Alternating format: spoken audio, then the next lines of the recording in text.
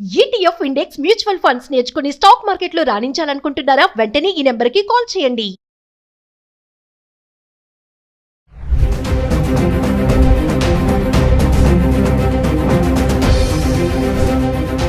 Hi hello నమస్తే, welcome back to Suman TV. ప్రస్తుతం మనతో పాటు ఉన్నారు స్టాక్ మార్కెట్ అనలిస్ట్ సుందరరామరెడ్డి గారు. నమస్తే సార్. నమస్తే. సార్, మరి డొనాల్డ్ ట్రంప్ అమెరికా అధ్యక్షుడు రాజీనామా చేస్తున్నాడని ఒక వార్తలు అయితే వింటున్నాము. ఎందుకంటే ఇమిగ్రేషన్ కానీ, రూల్సే కానీ, డెసిషన్సే కానీ, వలస విధానాలపైన ట్రంప్ వచ్చినప్పటి నుంచి ఈ రోజు వరకు కూడా నిమిషానికి డెసిషన్స్ అనేవి మారుతూ ఉన్నాయి. అన్ని ఫ్లక్చుయేషన్స్ చూస్తున్నాను. బిజినెస్ పరంగా కానీ, ఇటు స్టూడెంట్సే కానీ, జాబ్ హోల్డర్సే కానీ, ఇవన్నీ కూడా. ఒకవేళ నిజంగానే రాజీనామా చేస్తే మరి ఏంటి పరిస్థితి అంటే మీ అనాలిసిస్లో ఏం చెప్తారు సార్? మళ్ళీ రిజైన్ చేస్తే ఇంతకన్నా డబుల్ మెజార్టీతో ఆయనే గెలుస్తారండి. అపోజిషన్ ఏం లేదు అక్కడ. అలా ఏం లేదు. అసలు రిజైన్ అనేది చేస్తున్నాడు అనేది జస్ట్ రూమర్ తప్ప ఏం లేదండి. గుర్తుపెట్టుకోండి, లాస్ ఏంజల్ టోటల్ పాపులేషన్ వచ్చి 40 lakhs అండి. టోటల్ అమెరికన్ జనాభా 30 కోట్లు అండి. ఏదో ఒక సిటీలో గొడవలు జరిగితే రిజైన్ చేస్తారని అనుకోవడానికి ఏం లేదు. అలాగే దానివల్ల ఏం కాదు ఇది. దానిని కంట్రోల్ చేయడం కోసం చెప్పేసి నేషనల్ గార్డ్స్ని దించారు డైరెక్ట్గా వాళ్ళు. మామూలుగా ఏదంటే అమెరికాలో ఏంటంటే ఈచ్ స్టేట్ ఇండిపెండెంట్ దేశంలాగా అనమాట. ఒకళ్ళ దేశంలో ఒక స్టేట్లో ఇంకో స్టేట్ వాళ్ళు రాకూడదు. అందుకని స్టేట్ వాళ్ళు రిక్వెస్ట్ చేస్తేనే నేషనల్ గార్డ్స్ దిగాలన్నమాట. బట్ ట్రంప్ అక్కడ వాటిని కంట్రోల్ చేయడం కోసం డైరెక్ట్గా నేషనల్ గార్డ్స్ని పంపించారు. అందుకని అక్కడ మేయర్స్, అక్కడ స్టేట్ గవర్నర్స్ వాళ్ళందరూ దీనికి ఈ మూవ్ని అపోజ్ చేస్తున్నారు. మీరు ఇలా డిటెక్టర్లా ట్రై చేస్తున్నారని. ఇది పొలిటికల్గా అలిగేషన్స్ తప్ప ట్రంప్ రిజైన్ చేసి అంత పెద్ద మ్యాటర్ అయితే కాదు ఇది ఖచ్చితంగా. కాబట్టి ఇవన్నీ రూమర్స్, రిజైన్ ఛాన్సే లేదు. అండ్ రెండోది మీరు అంటుంది వాళ్ళ పరిపాలన విధానం అంటే ప్రతి గవర్నమెంట్ వాళ్ళ పొలిటికల్ పార్టీ వాళ్ళు ఎలక్షన్లో పోటీ చేసినప్పుడు వాళ్ళు ఏమేమి చేయాలో మేనిఫెస్టో పెట్టుకుంటారండి. ఆ మేనిఫెస్టోని క్లియర్గా ఇంప్లిమెంటేషన్ ట్రై చేస్తారు. ఇతను వచ్చినప్పుడు కూడా అతను క్లియర్ చెప్పాడు, మేక్ ఇన్ అమెరికా గ్రేట్ చేయడానికి ట్రై చేస్తున్నా అని. అదే ప్రాసెస్ ఇప్పుడు ఉన్నాడు. అంతే.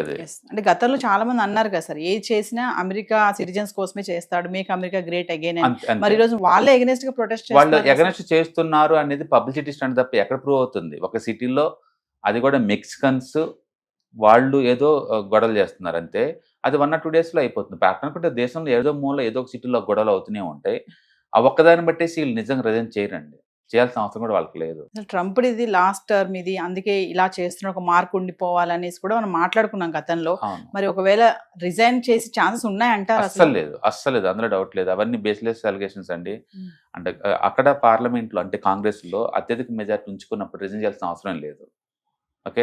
రెండోది, అక్కడ అపోజిషన్ పార్టీ వాళ్ళు అంత స్ట్రాంగ్ ఏం లేదు. ఇప్పటికి ఎలక్షన్స్ వచ్చే ఛాన్సే లేదు. అండ్ ఇండియన్తో పోల్చుకుంటే చాలా డిఫరెంట్ పాలిటిక్స్ అండి అమెరికాలో. అది పేరుకి డెమోక్రసీ అనే కానీ ప్రెసిడెంట్ ఏం చెప్తే ఇంకా 100% అది ఇంప్లిమెంటేషన్ చేస్తారు అంతే. కాకపోతే అక్కడ న్యాయ వ్యవస్థ చాలా స్ట్రాంగ్గా ఉంటుంది ఇండియాతో పోల్చుకుంటే. కాబట్టి ఒక ప్రెసిడెంట్ నిర్ణయాలు మీకు నచ్చపోతే కోర్టుకు వెళ్ళండి, అంటే కోర్టు ఫైనల్ అల్టిమేట్. అందుకని అమెరికాలో ప్రెసిడెంట్ వాటి నిర్ణయాల కన్నా కూడా కోర్టుకి ఇచ్చేదే ఫైనలైజ్గా ఉంటాయి అనమాట. అందుకని చాలా స్ట్రాంగ్గా ఉంటుంది. రీసెంట్గా ఇప్పుడు హార్వర్డ్ యూనివర్సిటీ మీద కోర్టుకు వెళ్ళారు, హార్వర్డ్ యూనివర్సిటీ వాళ్ళే విన్ అయ్యారు. అండ్ ఇతర దేశ స్టూడెంట్లకు వీసాలు ఇవ్వద్దన్నారు, వాళ్ళే విన్ అయ్యారు. అందుకే end of the day court ఏం చెప్తే అదే కదా. అందుకని ప్రెసిడెంట్స్ వాళ్ళకి పరిపాలించే క్రమంలో రకరకాల ఆర్డర్స్ ఇస్తూ ఉంటారు. నచ్చిన వాళ్ళు కోర్టుకు వెళ్ళేసి విన్ అవ్వరు. అంటే ఇది క్వశ్చన్ ఎందుకు అడుగుతుంది అంటే సార్, రాజీనామా అనే వార్తలు వస్తున్నాయి కదా, ప్రొటెస్ట్ కూడా చేస్తున్నారు. అప్పుడు ఇది 4వ రోజు ప్రొటెస్ట్ చేయడము చాలా మంది గందరగోళంగా అయితే ఉంది ఆ యుఎస్ఏలో. సో ఇన్ కేస్ గనక మరి ఇది కనుక స్టే కనుక వస్తుందా, ఇది ఒక ప్రాసెస్ లో జరుగుతుంటే మరి ట్రంప్ యొక్క రూల్స్ కానీ ఇవన్నీ వీటి విషయంలో ఏమంటారు? లాస్ ఏంజల్స్ చోట్ల జనాభా 40 లక్షల మంది సచ్చినా సరే ట్రంప్ రిజైన్ చేయడండి. ఈ ఇష్యూ మీద అయితే రిజైన్ చేయడు. వాళ్ళు ఎందుకంటే అమెరికాలో ఇలాంటి అల్లర్లు అనేది క్వైట్ కామన్. అది ఏదో మూల జరుగుతూనే ఉంటుంది. సోషల్ మీడియా కొంచెం ఎక్కువ వచ్చిన తర్వాత ఈ నెగిటివిటీ త్వరగా స్ప్రెడ్ చేస్తున్నారు తప్ప అదర్వైజ్ ఏం లేదండి. దాంతో పోల్చుకుంటే గాజాకలు చూడండి అక్కడ ఎందుకనే దారుణంగా పడతాయి. అందుకని ఇప్పుడున్న మోడర్న్ సొసైటీలో ఇలాంటివన్నీ కామనే వస్తుంటాయి. అంటే 2-3 రోజుల తర్వాత ఇవన్నీ గవర్నమెంట్ కంట్రోల్లోకి వచ్చేస్తూ ఉంటాయి, మామూలు విషయాలు అనమాట. అందుకని ఇలాంటి చాలా చిన్న విషయాలు, ట్రంప్ రిజైన్ అనేది చాలా పెద్ద విషయం అది. అందుకని జరిగింది అనుకోవట్లేదు. అంటే ట్రంప్ టారిఫ్ వార్లో ఇప్పుడు ఆల్రెడీ 90 days టైం ఇచ్చారు కాబట్టి ఆ టాక్స్ నడుస్తున్నాయి 1 by 1. చూడాలి ఎలా షేప్ అవుతాయి అనేది. టారిఫ్ అనేది పెద్ద ఇష్యూ వీటన్నిటితో పోల్చుకుంటే. వాటి వల్ల మనం ఏది ఎఫెక్ట్ ఎలా అవుతుందో మనం తెలుసుకోవాలి. అండ్ ట్రంప్ వల్ల అమెరికన్స్ జీవితాలు ఇది ఎఫెక్ట్ అవుతున్నాయి అంటాం అనేది కరెక్ట్ కాదు. ఎందుకంటే అమెరికా వాళ్ళ కోసమే వర్క్ చేస్తున్నట్టు క్లియర్ కనపడుతుంది కాబట్టి ఇప్పటికీ అమెరికా నుంచి ఎక్కువ సపోర్ట్ ఉంది అతనికి. రిజైన్ కాదు, అండ్ రిజల్ట్ అనేది ఏంటనేది మనకు ఎలా తెలుస్తుందంటే, ఒకటి స్టాక్ మార్కెట్ కొలాప్స్ అవుతుంది అనుకోండి. ఓకే. గవర్నమెంట్ నచ్చలేదు, స్టాక్ మార్కెట్ ఇన్వెస్టర్లు బయటకు వెళ్తుంది అనుకోవచ్చు. రెండోది ఇన్ఫ్లేషన్ పెరుగుతుంది బాగా. అంటే గవర్నమెంట్ దాన్ని కంట్రోల్ చేయడంలో విఫలమైపోయింది. అందుకని పబ్లిక్ సేవింగ్స్ ఉండలేదు అనుకోవచ్చు. అండ్ మూడోది అన్‌ఎంప్లాయ్‌మెంట్ పెరుగుతుంది అక్కడ. జాబ్స్ క్రియేట్ అవ్వట్లేదు. అందుకే అన్‌ఎంప్లాయ్‌స్ ఎక్కువ అవుతుంది అనుకోవచ్చు. ఇలాంటి ఏదన్నా ఒక రీజన్ చెప్పేసి రిజైన్ అనటంలో అర్థం ఉంది గానీ, ఏదో ఒక సిటీలో, ఒక బజార్‌లో ఒక గొడవలు జరుగుతున్నంత మాత్రాన ప్రెసిడెంట్ రిజైన్ చేయమంటే చేయరండి. అంటే సార్ ఇప్పుడు ఒకవేళ రిజైన్ చేయలేదనుకోండి, ఆ! ఈ ప్రొటెస్ట్‌లు మరి హంగామా ఇదంతా తర్వాత దీని ఇంపాక్ట్ కూడా ట్రంప్ నెక్స్ట్ తీసుకున్న నిర్ణయాలపైన బానే చూపిస్తుంది అనుకోవచ్చా? ఏముండదండి. ఏముండదు. హ్మ్. ఒక సిటీది ఇలాంటి సిటీలు అమెరికాలో వందల్లో ఉంటాయి. ఏముండదు. యెస్. కాకపోతే అది లాస్ ఏంజెల్ కాబట్టి కొంచెం పాపులర్ కాబట్టి కొంచెం న్యూస్ పేపర్స్ ఎక్కువ గ్యాదర్ చేస్తున్నాయి. అదర్‌వైజ్ ఏముండదు. సో ఏదేమైనా ట్రంప్ మాత్రం రిజైన్ చేయరనే అంటున్నారు. ఇలాంటి ఇష్యూస్ మీద రిజైన్ చేయడు. Trump Yes. అంటే కొంచెం అరోగెంట్ ఉన్న పొలిటీషియన్ అందరూ తెలుసు. యెస్. అతను కావాలని కూడా చేసుకోవడం తప్ప నువ్వు అడిగినంత మాత్రం చేయడు. చేయరు. ఓకే. అందుకని అల్లర్లు కారణం చూపించి మాత్రం చేయడు. యెస్. రెండోది అది కంట్రోల్ చేయడం కోసం నేషనల్ గార్డ్స్ దించాడు. వాడి వైపు నుంచి వాళ్ళు ఎఫెక్ట్ చేస్తున్నారు ఎంతో కొంత. యెస్.